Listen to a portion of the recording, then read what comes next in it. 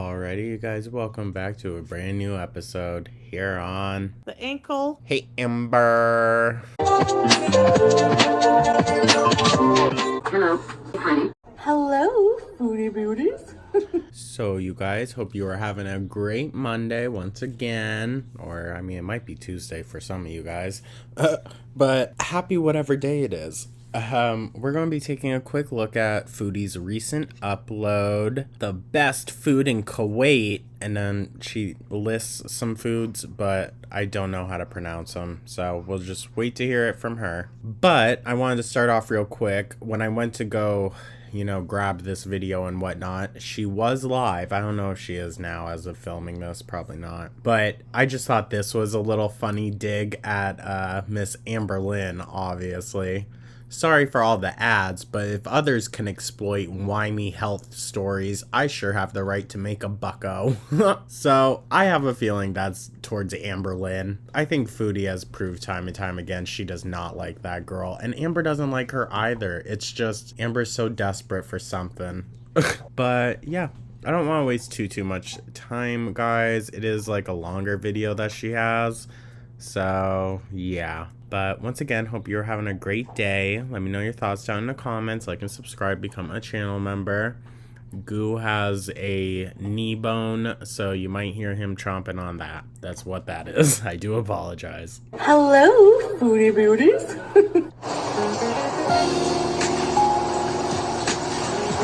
Assalamu alaikum.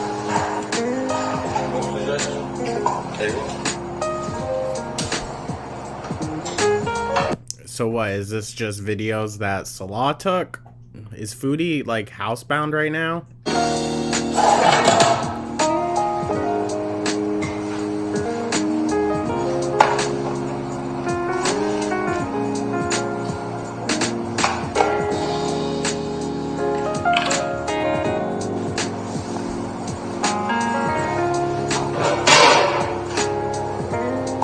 Wait, this is what Salah brought the other day, right? So he's now going out and getting content for the flobber so she can just stay at home, eat, and make her own stuff? Okay.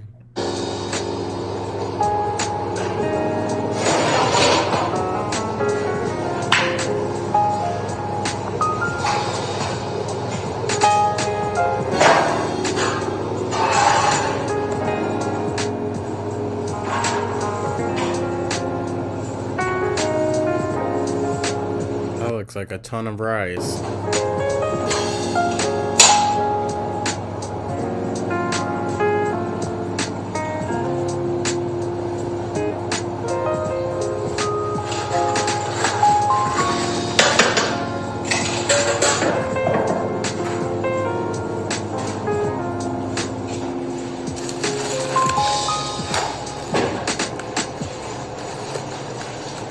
Hello, guys. Assalamu Oh, great. We're going to get to watch her eat it now. Wonderful. alaikum. Welcome back to another Hey, Foodie. video. So, today I have a video going into more detail on these foods, these new foods I've tried not that long ago, maybe last week. And I've fallen in love with them ever since. They're so delicious. And I know a lot of you from the West watching me probably have never heard of this. I have never heard I mean, that's true. of this before. If you have, Oh, Foodie is actually still live as of recording this. Interesting. if you're from the regions that makes this wonderful food and you know what it is, please feel free to comment.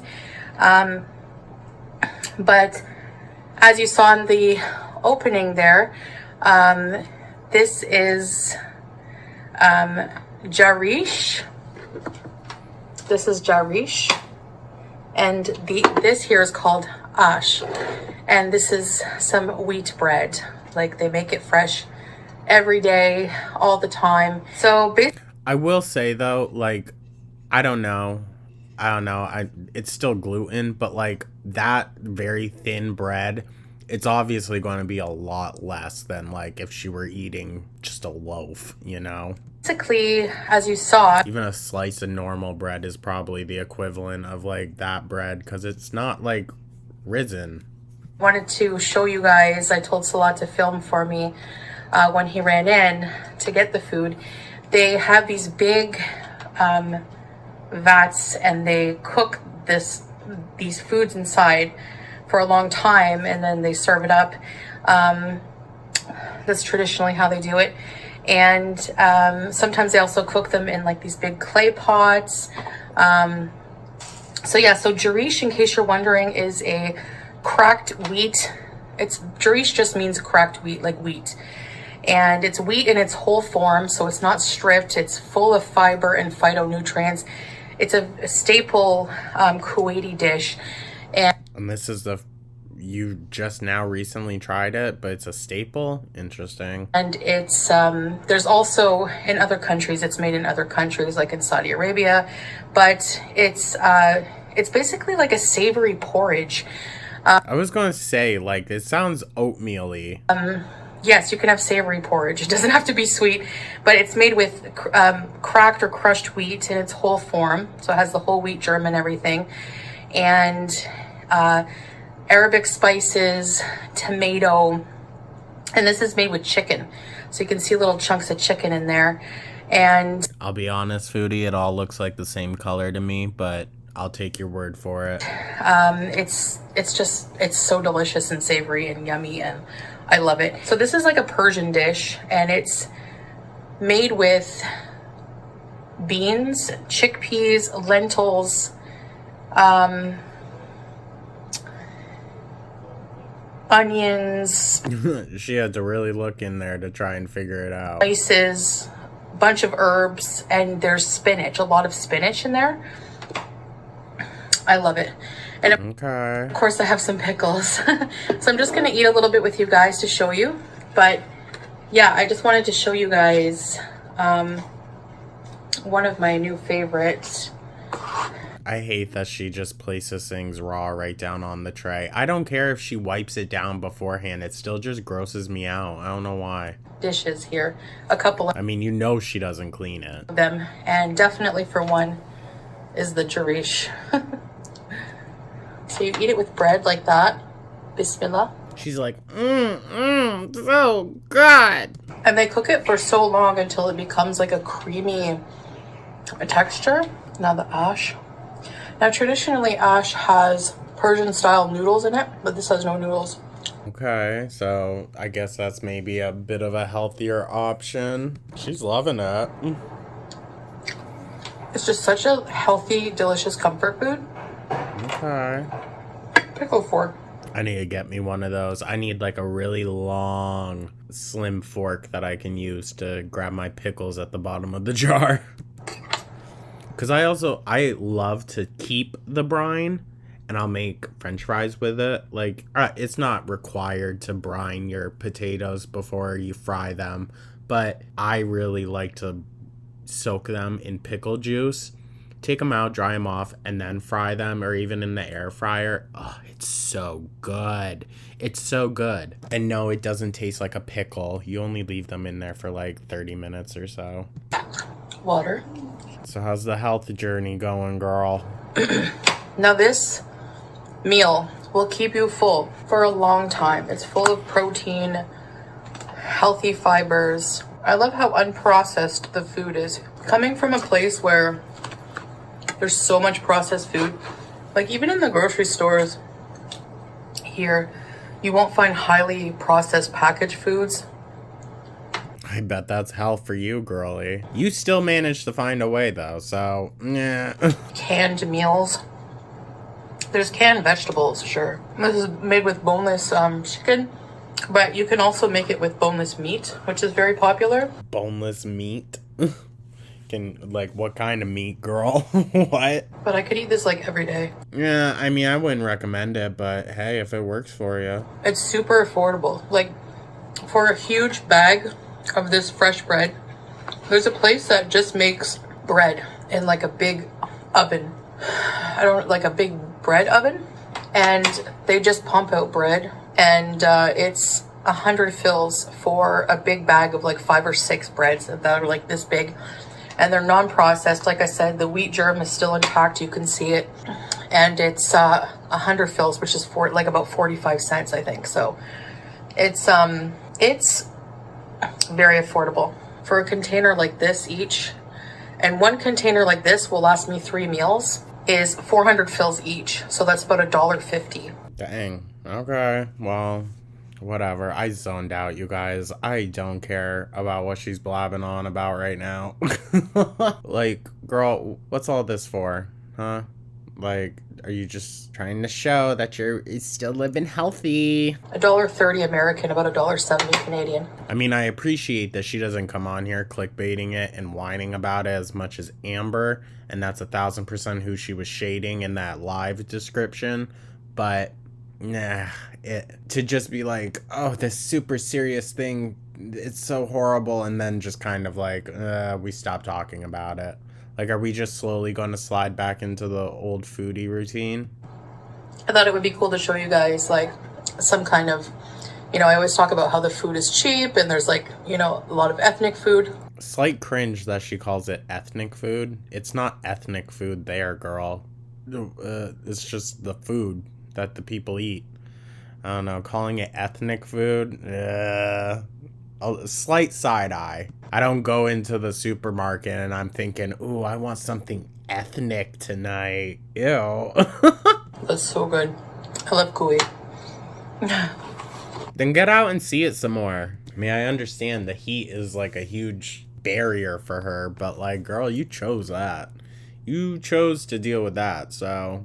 You've seen me get excited about unhealthy takeout, but I also get excited about healthy, real, unprocessed food. Not too often, girl. It'd be nice if it was a more common occurrence. It really would be. I don't think just because you're a food addict, you have to instantly go for the really unhealthy stuff. Like, when my relationship with food really changed, it also developed into just liking better things. Your taste palette is going to completely change if you really like restructure your relationship that you have with food. That tastes like comfort food. I love it. Well, other countries have comfort foods, girl, that aren't necessarily unhealthy. One more pickle. Damn, you blew through that jar pretty quickly, huh, girl? If you love spinach, you're gonna love that. You're gonna love the ash. Does it have a real spinachy taste? Because I'll be honest, I'm not a huge fan of the taste of spinach, but I'll eat it in almost anything because you can hardly ever taste it. If you love beans, lentils, see the lentils and beans. It looks good, I guess. I wish she could tell us like the spices that are in it so we can kind of get an idea for the flavor profile. I mean, she said that one has tomatoes, so I'm guessing a savory tomato one, but she doesn't give us any like real information.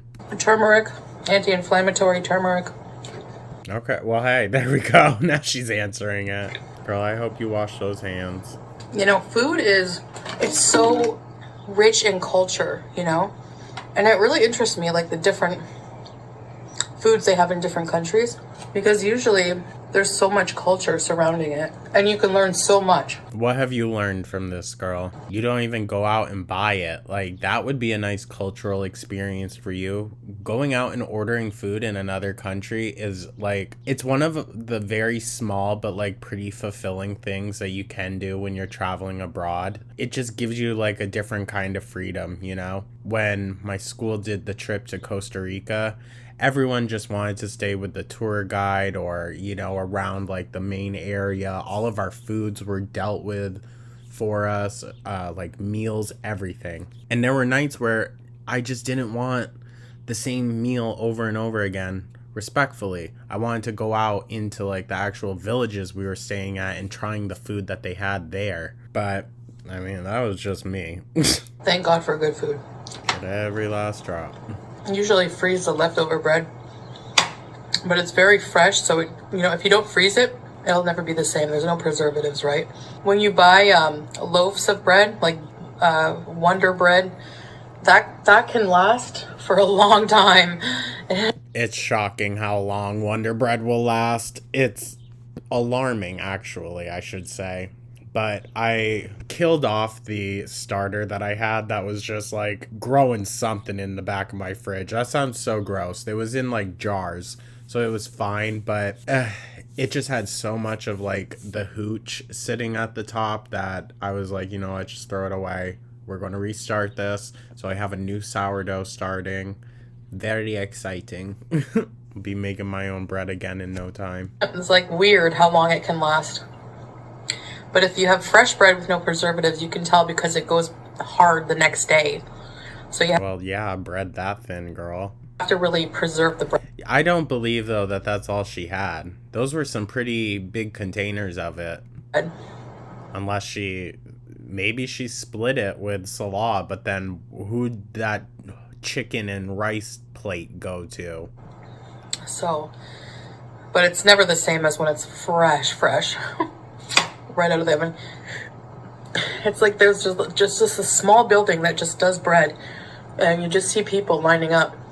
So, girl, that's probably like something to help impoverished people.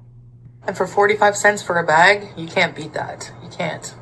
Anyways, guys. I mean, yeah, I guess. I just wanted to share with you this wonderful meal.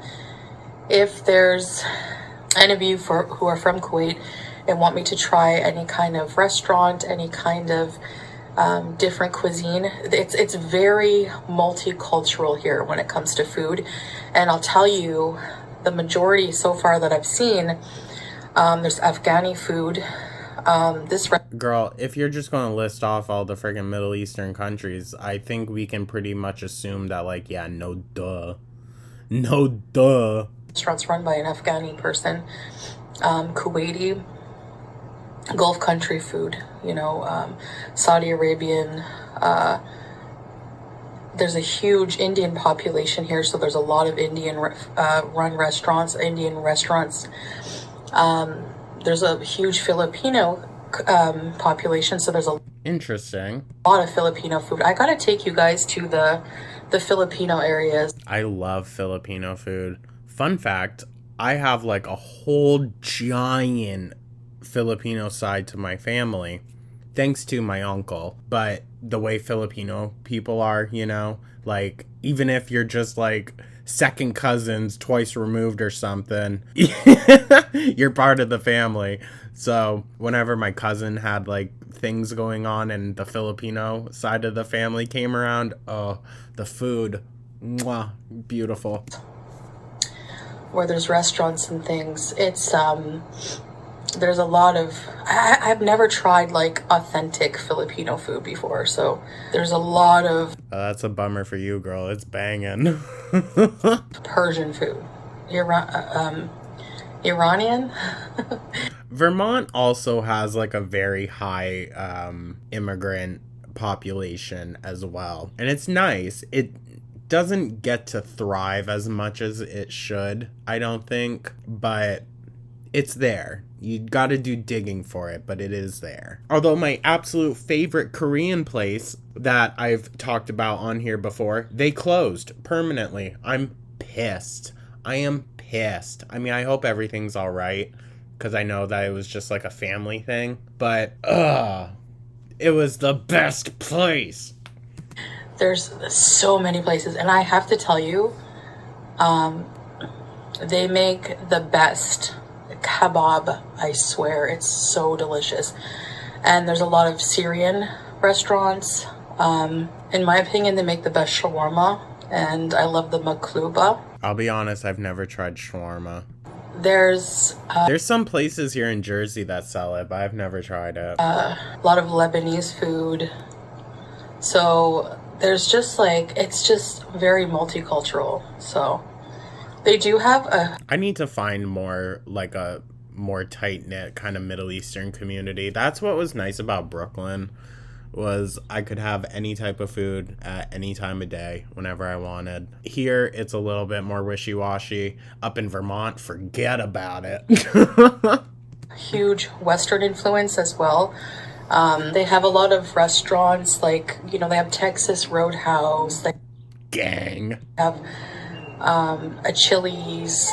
I'm not a huge Chili's fan. Sorry about it. Sorry about it. I'm just not. Applebee's. They just have a ton of American restaurants.